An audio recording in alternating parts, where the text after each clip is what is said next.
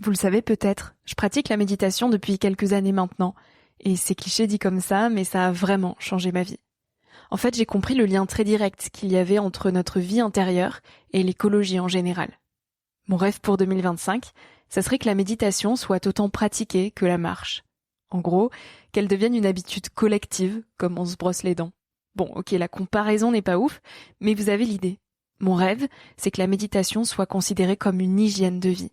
Parce qu'elle aide non seulement à se sentir mieux soi-même, mais surtout à mieux vivre ensemble.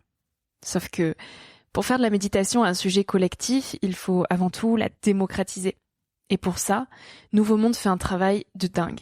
Ce fonds de dotation soutient des initiatives d'intérêt général qui rendent la pleine conscience accessible à tous. Les enfants apprennent à coopérer en classe, les soignants trouvent de nouvelles ressources pour préserver leur équilibre intérieur. Des espaces d'écoute profonde sont ouverts pour les jeunes anxieux. Bref, toutes ces actions ont le point commun de renforcer les liens en nous-mêmes, entre nous, et donc, elles créent plus d'harmonie dans la société. Si vous souhaitez découvrir les initiatives soutenues et rejoindre le mouvement en proposant un projet, rendez-vous sur le site fonds-nouveau-monde.org. Je suis tellement heureuse de vous annoncer que le Fonds Nouveau Monde est le sponsor officiel de la saison 5 de Nouvel Œil. Nouvel Œil pour un nouveau monde, c'était écrit à l'avance. Tout de suite, place à un nouvel épisode. Cet épisode est un extrait du podcast publié lundi dernier. En 5 minutes, il te permettra de retenir les plus beaux messages de mon invité de la semaine. Un mini-épisode à écouter et à réécouter quand la motivation ou l'espoir te manqueront.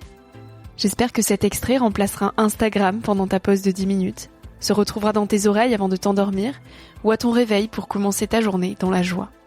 Si cet extrait te plaît et que tu as envie d'en connaître plus sur mon invité de la semaine, l'épisode en entier t'attend chaudement sur Nouvel Œil.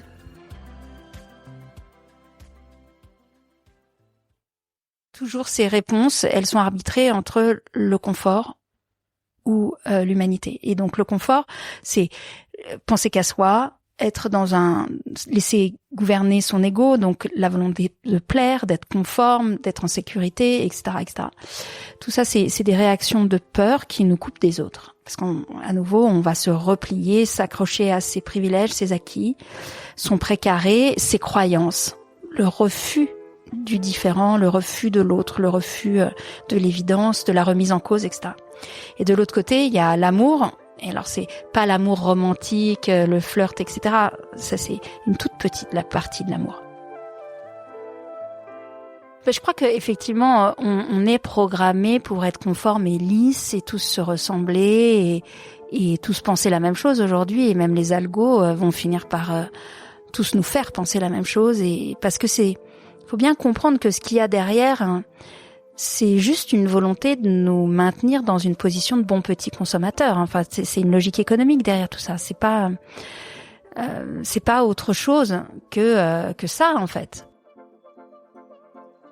J'ai été biberonnée aux idéaux de performance et d'efficacité. Je suis diplômée d'HEC, j'ai créé ma boîte à 24 ans, je suis partie à New York, j'ai monté une start-up, j'ai eu de l'argent enfin, si tu veux, tout le trip capitaliste, je peux d'autant plus le dégommer que je l'ai vécu de l'intérieur. Je suis allée très proche du cœur du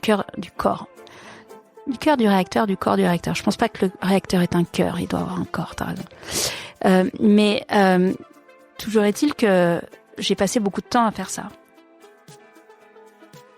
Et depuis quelques années, je me suis rendu compte que finalement, à chaque fois que je dénonçais quelque chose, que j'étais dans le lutter contre, je nourrissais la bête. Parce qu'en fait, le système se répète sa critique. Il adore qu'on le critique parce qu'on parle de lui.